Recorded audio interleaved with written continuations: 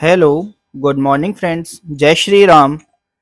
आज हम जो ट्रेनिंग देने जा रहे हैं वो दे रहे हैं पीबीएफ फाइनेंस के लैब वर्टिकल में सेल्स एग्जीक्यूटिव के लिए कि जब भी यदि हम कोई फाइल लॉगिन करते हैं तो हमें उस फाइल में क्या-क्या देखना चाहिए और फाइल में क्या-क्या लॉगिन के टाइम डॉक्यूमेंट्स अटैच करने चाहिए। और या हम कहें कि कस्टमर के पास यदि हम जाते हैं तो हमें किन किन डॉक्यूमेंट्स की रिक्वायरमेंट होती है लॉगिन के टाइम पे। सबसे पहले लैब में जो रिक्वायरमेंट होती है कस्टमर से हमें लेनी होती है केवाईसी एंड फोटो। जो एप्लीकेंट को एप्लीकेंट फाइल में आएंगे उनकी हमें केवाईसी रिक्वायर होती है और उनकी फोटो भी रिक्वायर होती है। ठीक है। सेकंड हमें चाहिए होता है बैंकिंग। बैंकिंग के साथ में जब भी डिसबर्समेंट होता है तो हमें रिक्वायर होती है चेक की, और इसी तरह से हमें इनकम प्रूफ की भी रिक्वायरमेंट होती है। ठीक है। थर्ड पॉइंट है प्रॉपर्टी पेपर्स। प्रॉपर्टी पेपर्स की फोटो कॉपी लॉगिन के टाइम पर फाइल में होना मैंडेटरी है। और बैंकिंग जो होनी चाहिए वो क्लियर बैंकिंग होनी चाहिए। अब बात यह है कि लॉगिन के टाइम पे हम जब भी किसी फाइल को लॉगिन करने जाते हैं तो हमें क्या चेक करना है, कैसे चेक करना है, कस्टमर से किस तरह से बात करनी है और कैसे उसका डेटा रखना है। तो मैं सभी सेल्स एग्जीक्यूटिव को सबसे पहले यह बताना चाहता हूं कि हम जब भी कोई फाइल लॉगिन करते हैं तो हमें उस फाइल के अंदर क्या क्या होना चाहिए या दिखना चाहिए। ऐसे के अंदर होता है सर कि हमें कस्टमर का आधार कार्ड मैंडेटरी है। कोई भी फाइल बिना आधार कार्ड के लॉगिन नहीं करते हैं। मतलब किसी भी एप्लीकेंट का आधार कार्ड होना कंपलसरी है। सेकंड, उसका कस्टमर का पैन कार्ड भी रिक्वायर है कि उसका पैन कार्ड भी होना चाहिए। यदि आधार कार्ड के साथ में पैन कार्ड नहीं हो तो ऐसे में हम वोटर आईडी या ड्राइविंग लाइसेंस भी सेकंड केवाईसी में लेते हैं। लेकिन मैंने क्या बताया कि फर्स्ट केवाईसी के अंदर आधार कार्ड तो होना ही चाहिए। हम कस्टमर की 2 केवाईसी लेते हैं। First KYC Aadhaar card mandatory है, second KYC PAN card, voter ID and driving licence. इन 3 में से कोई भी हो सकता है। अब इसमें क्या है कि यदि कोई भी फाइल में, किसी भी फाइल में यदि कोई भी अर्नर पर्सन है, मतलब कि कमाने वाला है, तो हमें उस कमाने वाले पर्सन की पैन कार्ड रिक्वायर है। यदि कस्टमर के पास नहीं है, कस्टमर बोल रहा है कि नहीं है हमारे पास पैन कार्ड, तो हमें उसे इंटीमेट कर देना है कि जब फाइल आगे जाएगी लॉगिन के लिए तो हमें पैन कार्ड की रिक्वायरमेंट रहेगी, तो आप अभी पैन कार्ड के लिए अप्लाई कर दीजिए। ठीक है। और मैं आपसे 24 घंटे के अंदर पैन कार्ड नंबर आ जाएगा, मैं आपसे पैन कार्ड नंबर कलेक्ट कर लूंगा। ठीक है। और दूसरा यह है कि यदि कोई एप्लीकेंट है या एप्लीकेंट है जो कि प्रॉपर्टी ओनर है और यदि उसके पास पैन कार्ड नहीं है तो भी हमें यही बता देना है कस्टमर को कि हमें आपके पैन कार्ड की रिक्वायरमेंट रहेगी, तो आप अभी अप्लाई कर दीजिए। और 24 घंटे में आजकल पैन कार्ड का नंबर आ जाता है, तो ऐसे के अंदर आप हमें पैन कार्ड दे देना, नंबर दे देना। ठीक है। और यदि अब फर्स्ट केवाईसी के लिए मैंने आपको आधार कार्ड के लिए बताया, सेकंड केवाईसी के अंदर 2 कंडीशन बताई है। यदि कोई आदमी अर्नर है या प्रॉपर्टी ओनर है तो पैन कार्ड सेकंड केवाईसी में रिक्वायर है। अब यदि कोई कस्टमर अर्नर भी नहीं है या प्रॉपर्टी ओनर भी नहीं है तो ऐसे में हम सेकंड केवाईसी जो ले सकते हैं वो ले सकते हैं वोटर आईडी या ड्राइविंग लाइसेंस। ठीक है। तो इस तरह से 4 केवाईसी बताई मैंने आपको, जिसके अंदर सबसे पहली KYC Aadhaar card mandatory, second KYC में पैन कार्ड या वोटर आईडी या ड्राइविंग लाइसेंस, ये है। ठीक है। और अभी हमें क्या करना है कि जब भी हम कोई फाइल को लॉगिन करते हैं तो हमें कस्टमर की ओरिजिनल केवाईसी सीन कर लेनी है। और ये सीन क्यों कर लेनी है कि हमको मैच करवाना है बाद में कि जब फोटोकॉपी आएगी कस्टमर की, जब फाइल लॉगिन होगी तो उसके अंदर फोटोकॉपी डॉक्यूमेंट्स आप लगाएंगे और उसके ऊपर ओएसवी का एक मोहर लगती है। ओएसवी का मतलब ओरिजिनल सीन एंड वेरीफाई। तो वो किसने सीन किया, ओरिजिनल किसने देखा, उसकी सील लग करके साइन होता है। तो जो भी एम्प्लॉई फाइल को लॉगिन कर रहा है वो ओएसवी की उस पे मोहर लगाएगा, सील लगाएगा और साइन करेगा कि यस मैंने इसको ओरिजिनल देख लिया है। सेकंड चीज अपने यहां पर जो होता है वो है क्लियर प्रॉपर्टी पेपर आने चाहिए। किसी भी प्रॉपर्टी पे हम जिस पे हम लोन दे रहे हैं उसके प्रॉपर्टी पेपर क्लियर होने चाहिए, बिल्कुल क्लियर दिखने चाहिए। धुंधले ना हो, खराब ना हो। और यदि किसी प्रॉपर्टी पेपर पे लेमिनेशन हो रखी है तो हम कस्टमर को बोल देंगे पहले ही कि सर ये जो लेमिनेटेड पेपर है ये हम डिपॉजिट नहीं कर सकते डिसबर्समेंट के टाइम पे, तो लेमिनेशन आपको उतरवा के देनी होगी। कोई भी सेल्स एग्जीक्यूटिव ये जिम्मेदारी खुद पे ना ले कि जो लेमिनेशन है वो मैं हटवा दूंगा, क्योंकि बहुत बार कई प्रॉपर्टी पेपर पुराने होते हैं और काफी पुराने प्रॉपर्टी पेपर, पतले पेपर जो होते हैं, जो कागज बिल्कुल पतले वाले, यदि आप लेमिनेशन उतरवाने जाएंगे तो बहुत बार फट भी जाते हैं। तो फिर ऐसे में कस्टमर क्या आपको बोलेगा कि मैंने आपको सही पेपर दिया था और आपने इसको फाड़ दिया। तो इसलिए अपने को क्या करना है, खुद को लेमिनेशन नहीं उतरवानी है, कस्टमर को बोल देना है कि सर जब भी आपका लोन पास हो जाएगा और वोल्ट में पेपर जमा कराने के लिए आप आएंगे तो उस समय लेमिनेशन किए हुए पेपर हम जमा नहीं कर पाएंगे और आपका पेमेंट देने में हमें देरी होगी, तो इसलिए आप पहले ही लेमिनेशन हटवा करके रखें। ठीक है, ये सेकंड पॉइंट क्लियर हुआ। थर्ड पॉइंट हमें देखना है पोजीशन प्रूफ। पोजीशन प्रूफ हम कैसे चेक कर सकते हैं?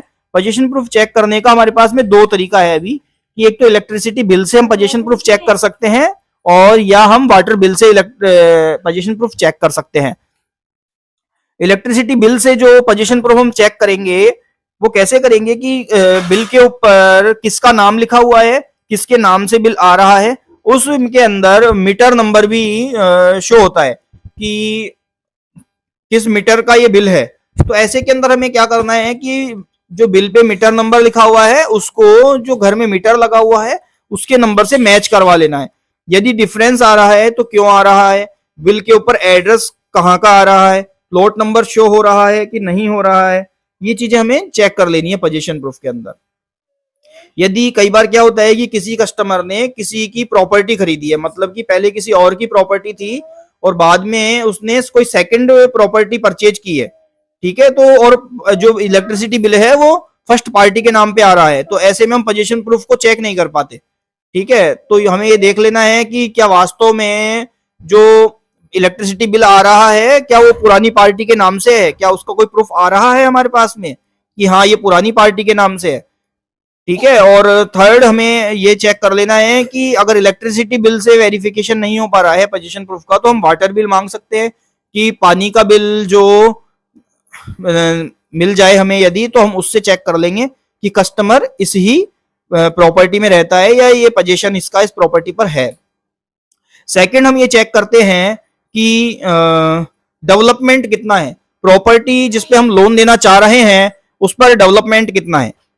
इसके लिए हम क्या करते हैं कि 360 डिग्री का वीडियो बनाते हैं। और 360 डिग्री का वीडियो कैसे बनाते हैं कि हम सबसे पहले प्रॉपर्टी के सामने खड़े होते हैं और प्रॉपर्टी के सामने खड़े होकर के पहले उस प्रॉपर्टी को पूरा दिखाते हैं उस वीडियो के अंदर। मतलब कोई भी प्रॉपर्टी के सामने हम मोबाइल को लेके खड़े हुए, हमने अपना वीडियो स्टार्ट किया, हम पहले उस प्रॉपर्टी को पूरा कवर करेंगे आगे से, उसके बाद में हम धीरे धीरे पूरा एक राउंड बनाएंगे, धीरे धीरे घूमते घूमते। इसके अंदर हमें पूरा रोड भी दिखेगा और दूर तक के घर भी दिखेंगे और पूरा इस तरह से घूमते हुए पूरा 360 डिग्री का हमको वीडियो एक बना लेना है और वापस से प्रॉपर्टी तक लेके आ जाना है। सेकंड हम क्या करेंगे, फिर हम उस प्रॉपर्टी में एंटर होंगे और एंटर होने के बाद में हमें वहां का वीडियो बनाना है अंदर का। ठीक है, और वो क्यों बनाना है, उससे हमें थोड़ा लिविंग स्टैंडर्ड का पता लग जाता है। ये वीडियो इस काम में आता है। फिर हम जाएंगे छत पर जाकर के, सीढ़ियों से छत पर जाकर के वही 360 डिग्री का एक वीडियो बनाएंगे, जिससे कि उसके अंदर प्रॉपर पूरा डेवलपमेंट आ जाएगा आसपास का कि प्रॉपर्टी कितना डेवलप्ड एरिया के अंदर है। ठीक है, और जब भी हम किसी प्रॉपर्टी पे जाएं तो बीएम या आरओ मतलब रिलेशनशिप ऑफिसर या ब्रांच मैनेजर जो भी उस फाइल पे जा रहे हैं, ये उनकी रेस्पॉन्सिबिलिटी है कि एक सेल्फी जरूर ले प्रॉपर्टी ओनर और खुद के साथ। मतलब कि हमको सेल्फी इस तरह से लेनी है कि जिसमें हम खुद तो दिखेंगे, थोड़ा दूर प्रॉपर्टी से खड़ा होकर के प्रॉपर्टी ओनर को गेट के पास में खड़ा कर देंगे और हम एक सेल्फी लेंगे जिसके अंदर हम खुद दिख जाएंगे, प्रॉपर्टी ओनर गेट पे खड़ा दिख जाएगा और प्रॉपर्टी भी दिख जाएगी कि यस मैं इस प्रॉपर्टी पे आया था। सेकंड नेक्स्ट पॉइंट ये है कि यदि हम कोई भी बीटी केस लॉगिन करते हैं तो हमें एक एसओए, एलओडी और फोरक्लोजर की रिक्वायरमेंट रहती है। ठीक है, जब भी कोई बीटी केस लॉगिन होता है तो हमें एसओए तो रिक्वायर है ही है। क्यों एसओए क्यों रिक्वायर है? एसओए का मतलब पहले समझना जरूरी है। एसओए का मतलब है स्टेटमेंट ऑफ अकाउंट। यदि आप एप्लीकेंट ने या कस्टमर ने अपनी प्रॉपर्टी पर पहले ही कहीं से लोन ले रखा है तो उसका एक स्टेटमेंट वो हमें प्रोवाइड करवाएगा कि क्या वह कस्टमर लिए हुए लोन की ईएमआई जो इंस्टॉलमेंट आ रही है उसे टाइम पर पे कर रहा है कि नहीं कर रहा है। सेकंड हम उसका लेते हैं एलओडी। एलओडी का मतलब होता है लिस्ट ऑफ डॉक्यूमेंट्स कि जहां से लोन चल रहा है, जिस बैंक से लोन चल रहा है, उस बैंक में प्रॉपर्टी के क्या क्या पेपर जमा करवाए हुए हैं। ठीक है।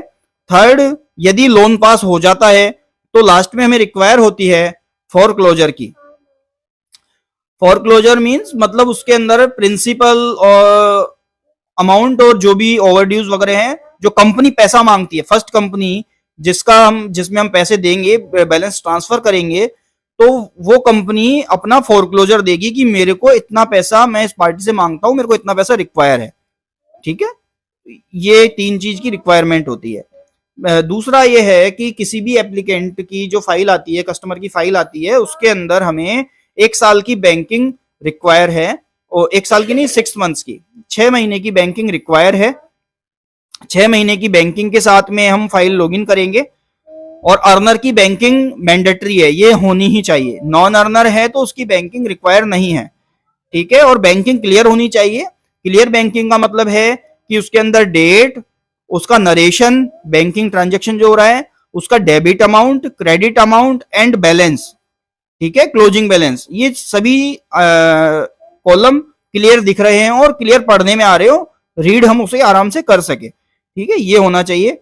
नेक्स्ट है कि कस्टमर का देखो क्या होता है कि कोई भी जो लोन होता है, लोन ले रहा है, तो हमें उससे ये जान लेना है कि उसने पहले कहां कहां से लोन लिए हुए हैं क्या कोई। क्योंकि अभी क्या है कि कोई भी लोन अगर कोई कस्टमर लेता है तो वो हर बैंक उसका एक इंक्वायरी जनरेट करने के लिए सिविल में रिपोर्ट करता है, और सिविल का डेटा जो फैच होता है उसके अंदर कुछ, जैसे कि किसी कस्टमर ने कभी लोन लिए हैं तो वो सभी उस सिविल में शो होंगे, तो अब वो आप एक साथ निकाल नहीं सकते। अब ऐसे के अंदर या तो आप जानना चाहते हैं तो आप एसबीआई फ्री सिविल या पैसा बाजार फ्री सिविल से उसका सिविल पहले निकलवा सकते हैं, और लोन्स के बारे में डिटेल जान सकते हैं कि आपने कौन कौन से लोन लिए, कहां से लिए, क्या ईएमआई आप ऑलरेडी आप पे कर रहे हैं, अगर आपने टाइम पे नहीं किया तो क्यों नहीं कर पाए, यह चीज जानने के लिए। ठीक है। तो ऐसे के अंदर हमें क्या करना है कि बैंकिंग लेनी है, क्लियर बैंकिंग लेनी है। अभी नेक्स्ट मतलब जो पॉइंट बताना चाह रहा हूं वो क्या है कि यदि कोई कस्टमर की ऑलरेडी ईएमआई चल रही है, मतलब उसने कोई पर्सनल लोन, बिजनेस लोन या कोई प्रॉपर्टी लोन, किसी भी तरह का कोई लोन लिया हुआ है, कोई consumer loan, CV loan, car loan, commercial vehicle loan, मतलब कुछ भी लोन हो, 2 व्हीलर लोन, उसकी ईएमआई कोई कस्टमर पे कर रहा है, तो हमें यह जानना जरूरी है कि वो कौन से बैंक से उसकी ईएमआई पे कर रहा है। ठीक है। जो बैंकिंग वो हमें दे रहा है, यदि उससे ईएमआई नहीं जा रही, किसी दूसरे बैंक से ईएमआई जा रही है या पे कर रहा है, तो हमें कस्टमर से दूसरे बैंक की बैंकिंग भी 6 मंथ्स की मांग लेनी है कि सर हमें ये भी रिक्वायर रहेगा, हम ईएमआई ट्रैकिंग करेंगे। ठीक है। और नेक्स्ट पॉइंट है कि यदि प्रॉपर्टी लोन सिविल में दिख रहा है और कस्टमर ये बोल रहा है कि ये सर ये प्रॉपर्टी लोन तो मेरा नहीं है, अब इसमें हमें क्या करना है कि हमें उसका सैंक्शन लेटर रिक्वायर रहेगा। नहीं नहीं नहीं नहीं, ऐसा नहीं, सॉरी, यदि कोई प्रॉपर्टी लोन सिविल में दिख रहा है तो हमें उसका सैंक्शन लेटर भी रिक्वायर रहेगा। ठीक है। और यदि कई बार क्या होता है कि कस्टमर ये मना कर देता है कि नहीं सर ये लोन मेरा नहीं चल रहा, तो ऐसे के अंदर हमें क्या करना है कि पैसा बाजार या एसबीआई फ्री सिविल से डेटा लेना है, और हमें चेक करना है कि जो सिविल हमने निकाला है और जो लोन हमारे सिविल में दिख रहा है, क्या वो पैसा बाजार सिविल में या एसबीआई फ्री सिविल में भी शो हो रहा है। यदि हो रहा है का मतलब है कि वो लोन तो लिया हुआ है, और वो लिया हुआ है तो मतलब उसके अंदर उसका लोन अकाउंट नंबर और बैंक का नाम भी जरूर से शो होता है। ठीक है। तो हम वहां पे इंक्वायरी कर सकते हैं कि ये लोन अकाउंट नंबर है सर, और ये कोई लोन आपके यहाँ से चल रहा है तो ये किस एप्लीकेंट का है, कौन कौन उसमें को एप्लीकेंट है, कौन गारंटर है, ये डिटेल हम निकलवा सकते हैं। थर्ड ये है कि अब हमारे यहाँ पे क्या करते हैं कि डीपीडी कंसीडर करते हैं किसकी, credit card and consumer loan की। क्रेडिट कार्ड और कंज्यूमर लोन के अंदर यदि कोई स्मॉल डीपीडीज हैं और किसी रीजन से रह गई, कंसीडर कब करते हैं कि किसी रीजन से रह गई, मतलब कस्टमर का इंटेंशन तो ठीक है लेकिन किसी कारण से वो ईएमआई पे नहीं कर पाया, तो हम उसे कंसिडर करते हैं कि चलो कोई नहीं, हर दिन एक जैसा नहीं होता, हो सकता है कि कुछ ऊंचा नीचा हो गया हो तो डीपीडी आ गई हो, तो इसलिए हम उसे कंसिडर कर लेते हैं, मतलब हम उस डीपीडी को इग्नोर करते हैं। ठीक है। और यदि कई बार ऐसा हो जाता है कि कस्टमर उसका प्रूफ भी दे सकता है कि ईएमआई इस कारण से वो पे नहीं कर पाया, मान लो कि कोई फैमिली में मेडिकल इमरजेंसी आ गई, तो हमें ऐसे के अंदर मेडिकल इमरजेंसी के बिल भी उनसे मांग लेने हैं कि सर ये बहुत सही होगा यदि आप हमें कोई मेडिकल इमरजेंसी घर में आ गई थी और आप ईएमआई या पे नहीं कर पाए, इंस्टॉलमेंट पे नहीं कर पाए, तो ये मेरे पास प्रूफ भी रहेगा कि यस इस कारण से पे नहीं कर पाए थे, कस्टमर की इंटेंशन ठीक है, वो तो ईएमआई पे करना चाहता था। और नेक्स्ट पॉइंट में बताना चाहता हूं कि हमें प्रॉपर रेफरेंस चेक करने चाहिए, किसी भी फाइल पर हम जाए तो प्रॉपर रेफरेंस हम चेक करें कि वास्तव में जिस प्रॉपर्टी में पर कस्टमर लोन लेना चाह रहा है क्या ये उसी की है, कब से रह रहा है, किस तरह का नेचर है, फैमिली में कौन लोग हैं, क्या काम करते हैं, मतलब कस्टमर कहीं आपसे कुछ छुपा तो नहीं रहा है, चीजें वही हैं जो कस्टमर आपको बता रहा है। सेकंड, बहुत बार फाइल्स के अंदर ना आपने तो एप्लीकेंट को एप्लीकेंट ऐड कर दिए, लेकिन क्रेडिट टीम ने एडिशनल को एप्लीकेंट ऐड करने के लिए बोल दिया। अब एडिशनल को एप्लीकेंट ऐड करने के लिए यदि बोल दिया तो हम क्या करेंगे, और या हम सोचते हैं कि यार हमको क्रेडिट वालों ने बोला ही क्यों एडिशनल को एप्लीकेंट ऐड करने के लिए। देखिए क्या होता है कि क्रेडिट है ना सोच समझ के डिसीजन लेता देता है और सोच समझ के ही डॉक्यूमेंट्स हमें बताता है। अब बहुत बार क्या होता है कि यदि कोई प्रॉपर्टी है, यदि कंबाइन कंस्ट्रक्शन के अंदर है, मतलब एक घर बना हुआ है उसमें दो भाई रहते हैं और एक भाई लोन लेना चाहता है, ठीक है, आधे घर पे, तो लेकिन ऐसी प्रॉपर्टी में हम लोन नहीं कर सकते हैं डायरेक्टली। ऐसे में हमें क्या होगा कि हम कंबाइन कंस्ट्रक्शन वाली प्रॉपर्टी पे हम उसके भाई को भी को एप्लीकेंट के रूप में लोन में ले लेते हैं कि सर हमें आपके जो ब्रदर हैं वो भी लोन में रिक्वायर रहेंगे, क्योंकि यदि कल को कोई डिस्प्यूट होता है तो कस्टमर ऑब्जेक्शन ना कर दें, लोन में आने वाले लोग या लोन में जो नहीं आए वो लोग ये ऑब्जेक्शन ना कर दे कि आपने लोन दे कैसे दिया, तो हमें उसकी सहमति आवश्यक होती है। हम एनओसी भी ले सकते हैं वैसे कि यस जो भी एप्लीकेंट है, जो भी आपके यहाँ से लोन ले रहे हैं उन्हें आप लोन दे सकते हैं, मुझे कोई आपत्ति नहीं है।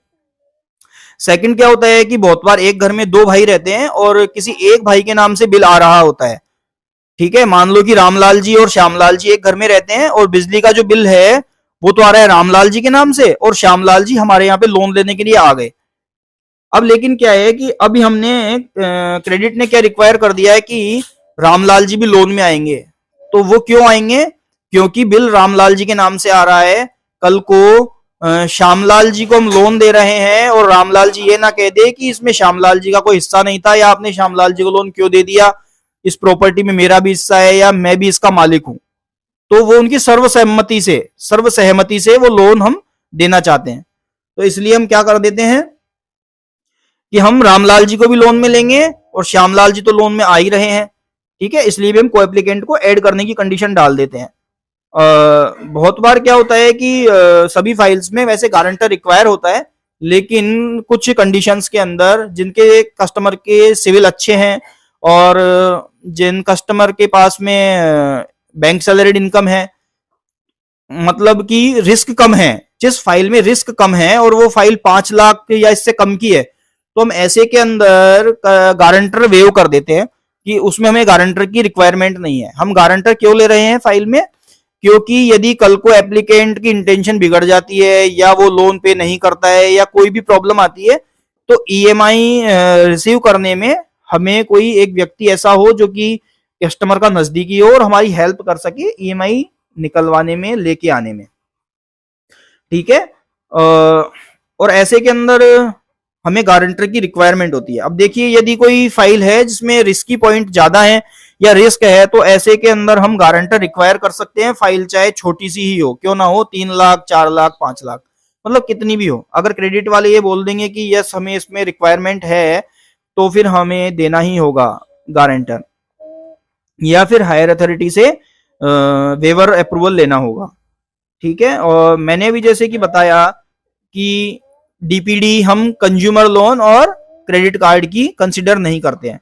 अब एक नेक्स्ट पॉइंट आता है कि यदि कोई आदमी किसी भी व्हीकल से कमा रहा है, मान लीजिए कि कोई आदमी कोई पैसेंजर व्हीकल चलाता है, कोई बस चलाता है, या कोई ट्रैक्टर चलाता है, या कोई जीप चलाता है, और यदि वो उससे कमा रहा है और उस ही व्हीकल पर उसने लोन भी उठा रखा है, ठीक है, अब ऐसे के अंदर क्या होगा कि हमने सिबिल चेक किया और हमने देखा कि ये कस्टमर कोई व्हीकल चलाता है और उससे कमाता है और उस व्हीकल की ही ईएमआई पे नहीं कर पा रहा टाइम पर, तो हम इस तरह के कस्टमर को लोन नहीं देंगे। उसके पीछे कारण क्या हुआ कि कस्टमर अपनी फैमिली को कब चलाएगा, जब वो उस व्हीकल से कमा करके खुद की व्हीकल की ईएमआई पे करेगा और बचे हुए जो पैसे हैं उनसे अपनी फैमिली को चलाएगा, ठीक है।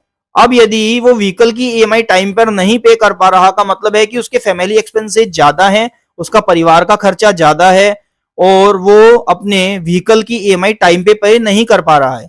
तो इसलिए हम ऐसी कंडीशन में इस तरह के फाइल्स को इग्नोर करते हैं, हमें उनमें लोन नहीं देना चाहिए, ठीक है। मान लो कि कोई आदमी ट्रैक्टर से कमाता है और या लोडिंग व्हीकल कोई उसके पास है, कोई पैसेंजर व्हीकल है, जीप है, टेरेक्स है 18-20 सीटर, कोई बस है, ठीक है, और यदि वो उसकी ईएमआई टाइम पे नहीं दे रहा और वही उसका मेन अर्निंग सोर्स है, तो हम इस तरह की फाइल्स को इग्नोर करेंगे।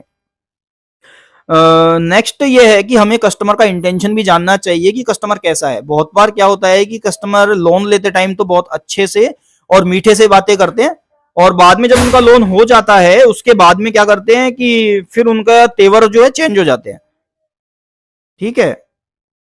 तो अभी हमारा क्या है, हमारा कंपनी का जो मोटो है, हमारा कंपनी का जो टारगेट है वो ये है कि हमारा कोई भी कस्टमर परेशान ना हो, कोई भी कस्टमर परेशान नहीं होना चाहिए कि हमें लोन गलत दे दिया या ज्यादा दे दिया या इतना दे दिया कि चुका ही नहीं पा रहे, ठीक है।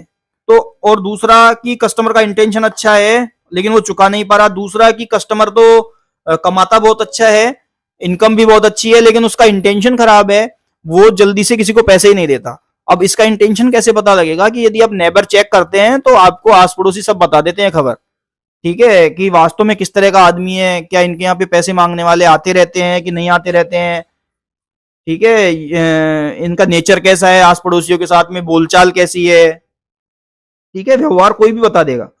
और मेन चीज और हम चेक करेंगे तो कि हम सिबिल निकालते हैं, उसके अंदर कस्टमर ने पहले कोई लोन लिए हैं तो उनका रिपेमेंट ट्रैक ठीक है कि नहीं है, इससे भी हमें पता लगता है कि कस्टमर किस तरह का है। नेक्स्ट हम पॉइंट की बात करते हैं कि कुछ ऐसी प्रॉपर्टीज होती है जिन पर हम लोन नहीं करते। वो किस तरह की प्रॉपर्टीज होती हैं कि कोई प्रॉपर्टी है कि dominated area, community dominated area में है या फैमिली कैंपस में है। मान लीजिए कि कोई भी वर्ग के लोग किसी एक इलाके में रहते हैं, किसी भी एरिया में रहते हैं और उस एरिया के अंदर जाकर के हम ईएमआई मांग नहीं सकते हैं, तो हम इस तरह के एरिया में लोन भी नहीं करते हैं, चाहे कस्टमर सही हो, मतलब अच्छा हो, लेकिन कल को मान लीजिए कि कस्टमर ईएमआई पे नहीं कर रहा और यदि हम उसके पास में ईएमआई मांगने चले गए और कस्टमर के ईएमआई पे नहीं कर रहा और उसके आस पड़ोसी भाईबंद जो उसकी कम्युनिटी के लोग हैं वो एक साथ आगे खड़े हो जाएंगे कि साहब नहीं देते तो नहीं देते ईएमआई, क्या कर लेंगे आप। तो हमको इस तरह की फाइल्स में लोन ही नहीं देना है जहां पर फैमिली कैंपस में प्रॉपर्टी हो या हमारी एंट्री ना हो या कम्युनिटी डोमिनेटेड एरिया हो, इस तरह की फाइल्स पर। क्यों? क्योंकि ये रिस्की हो जाता है बहुत ज्यादा। तो या फिर उसके अंदर कोई अच्छी इनकम आ रही हो तो फिर हम देख सकते हैं या उस पर लोन दे सकते हैं। नेक्स्ट हम ये देखते हैं कि कुछ कंस्ट्रक्शन के केस भी आते हैं। ऐसे के अंदर हम क्या करते हैं कंस्ट्रक्शन के लिए कि जो प्रॉपर्टी जो लैंड है, जमीन है, उसकी वैल्यू का 110% हम लोन कर सकते हैं। मान लीजिए कि कोई आदमी 100 गज के मकान पे लोन बनाना 100 गज की जमीन पर मकान बनाना चाहता है और उसकी वैल्यू 10 लाख रुपए है जमीन की वैल्यू, तो उसका 110% हम 11 लाख रुपए तक का हम लोन कर सकते हैं। और ये जो लोन दिया जाएगा वो 3 ट्रांच में दिया जाएगा, 30%, 40%, 30%, मतलब 3 ट्रांच में हम पैसा देते हैं हमारी पॉलिसी के हिसाब से। यदि मान लो किसी आदमी का 10 लाख रुपए का लोन पास हुआ है कंस्ट्रक्शन के लिए, तो हम पहले उसे 3 लाख रुपए देंगे। उसके बाद में वो 3 लाख रुपए किस काम में लेगा आदमी कि देखिए, अब कंस्ट्रक्शन केस के लिए मैं आपको पूरी तरह समझाता हूं कि क्या और कैसे होता है। कि कोई आदमी ने जमीन खरीद ली तो उसका लोन हमारे यहां से स्टार्ट होगा तो वो किस कंडीशन में होगा कि प्लिंथ लेवल तक, मतलब मुड्डी हाइट तक आदमी को खुद के पैसे से ही लेकर के आना है मकान को। मुड्डी हाइट तक का जो लेवल है, उसका भरत है, उसकी नींव है, कस्टमर खुद भरवाएगा। 30% पैसा जो हम देंगे वो देंगे हम छत हाइट तक मकान को लेके जाने के लिए, मतलब ईंट की या पत्थर की जो भी पर्दी है वो छत हाइट तक कस्टमर लेके जाएगा, उसके लिए हम 3 लाख रुपए देंगे। फिर उसके बाद में ये हम 40% पैसा देंगे, वो देंगे हम छत डालने के लिए, और बचा हुआ जो 30% पैसा है वो छत खुलने के बाद में हम फिनिशिंग के लिए देंगे, जिसमें कस्टमर खुद के घर का प्लास्टर भी करवा सकता है और उसकी फ्लोरिंग वगैरह करवा सकता है।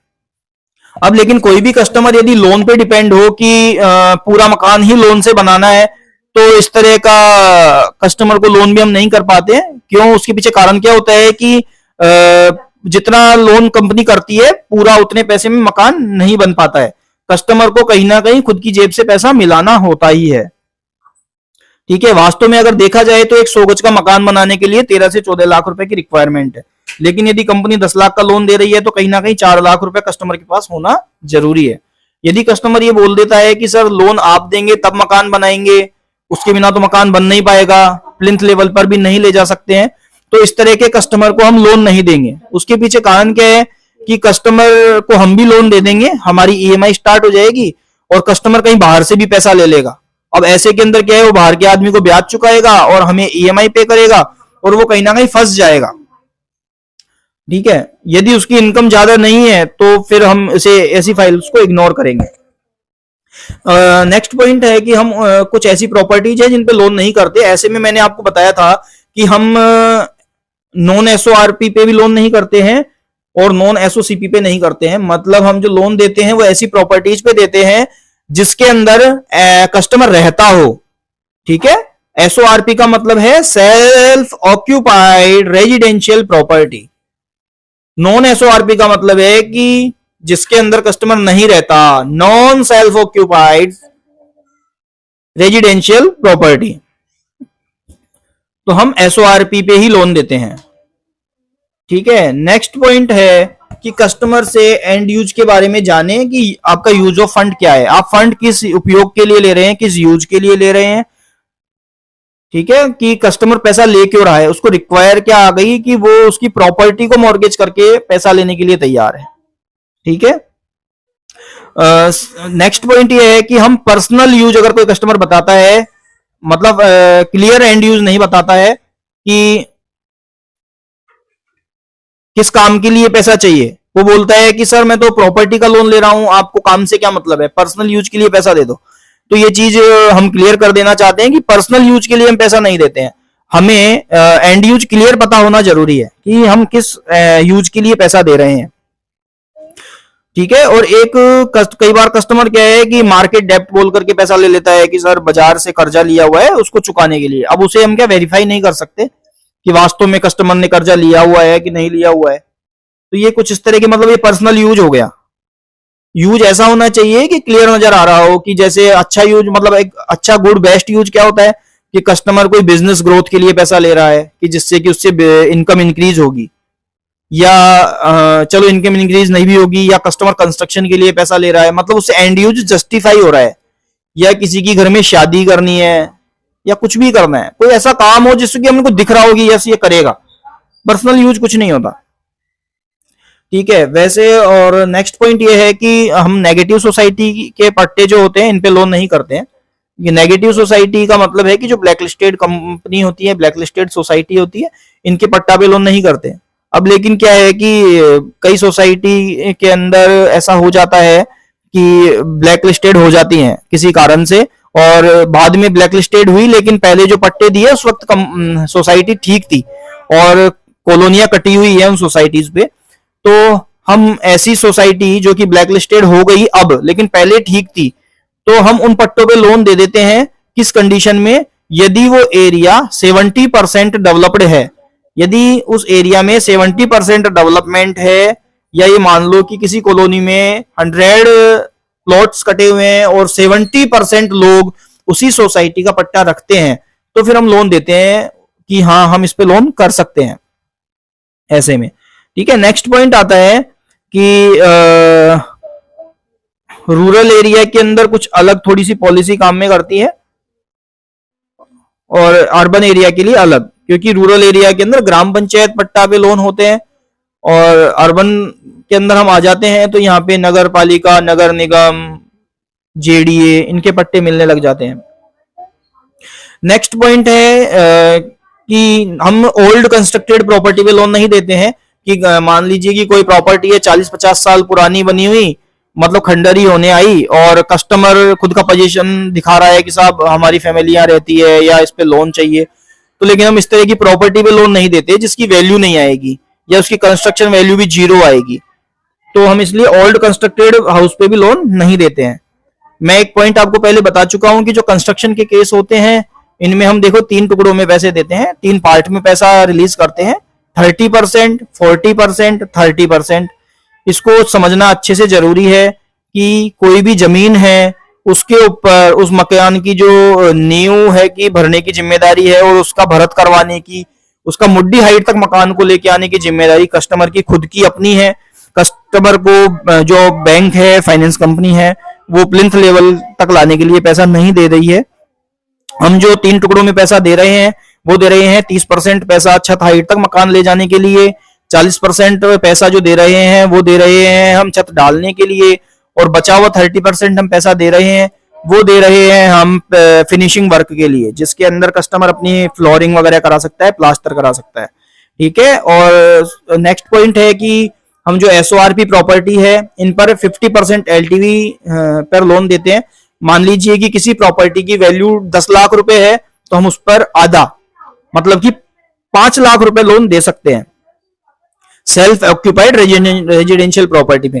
अब लेकिन यदि कोई कस्टमर बोलता है कि वो रेंट पे रहता है या किसी पेरेंटल हाउस में रहता है, प्रॉपर्टी पेपर उसके नाम पर नहीं है, तो वो क्या कर सकता है, मतलब कि उसके पास में प्रॉपर्टी पेपर एसओआरपी के नहीं है, तो वो क्या बोल रहा है कि सर मेरे नाम से एक शॉप है, कोई कॉमर्शियल प्रॉपर्टी है और जिसको मैं खुद चलाता हूं, सेल्फ ऑक्यूपाइड रेजिडेंशियल प्रॉपर्टी, तो इस तरह की प्रॉपर्टी पे हम 30% तक का पैसा दे देते हैं। मान लीजिए कि कोई प्रॉपर्टी है कि उसकी वैल्यू 20 लाख रुपए आ रही है कॉमर्शियल प्रॉपर्टी, तो हम उस पे 6 लाख रुपए तक का लोन दे सकते हैं अकॉर्डिंग टू पॉलिसी, यदि उसकी इनकम है तो।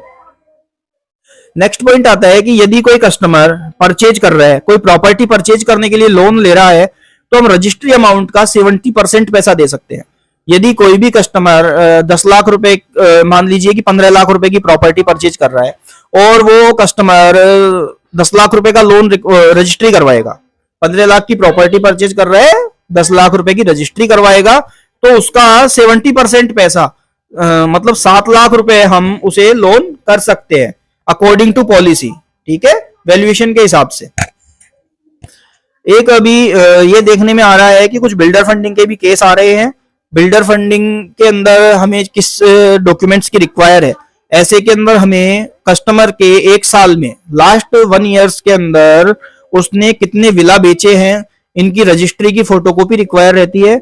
और सेकंड हमें उनकी 1 साल की बैंकिंग रिक्वायर होती है, जिससे कि हम ये पता लगा सके कि वास्तव में जो उन्होंने विला बेचे हैं, जो उनकी रजिस्ट्री की अमाउंट आई है, उन्हें हम मैच करवा सके, क्या वास्तव में वो बिल्डर है कि नहीं है, इन सबको वेरीफाई करने के लिए।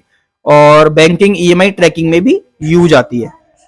ठीक है। मैं नेक्स्ट सेल्स पर्सन को, जो भी आरओबीएम है, उनको मैं यही कहना चाहूंगा कि सभी अपनी अपनी डायरी जरूर मेंटेन करें, एक डायरी अपने पास रखें और एक टारगेट बनाएं कि मुझे काम को किस तरह से करना है। ठीक है। और स्टार परफॉर्मर कैसे बनना है, इसके लिए काम करना है। देखिए, सेल्स का मतलब है कि जब भी कोई आदमी सेल्स में आता है तो वो सैलरी के लिए नहीं आता। सेल्स में आदमी आता है, कोई भी पर्सन आता है, कोई भी एम्प्लॉय आता है, वो आता है इंसेंटिव कमाने के लिए। ठीक है। सेल्स में सैलरी इतनी ज्यादा नहीं होती है, आरओ लेवल पर इंसेंटिव बहुत अच्छे होते हैं।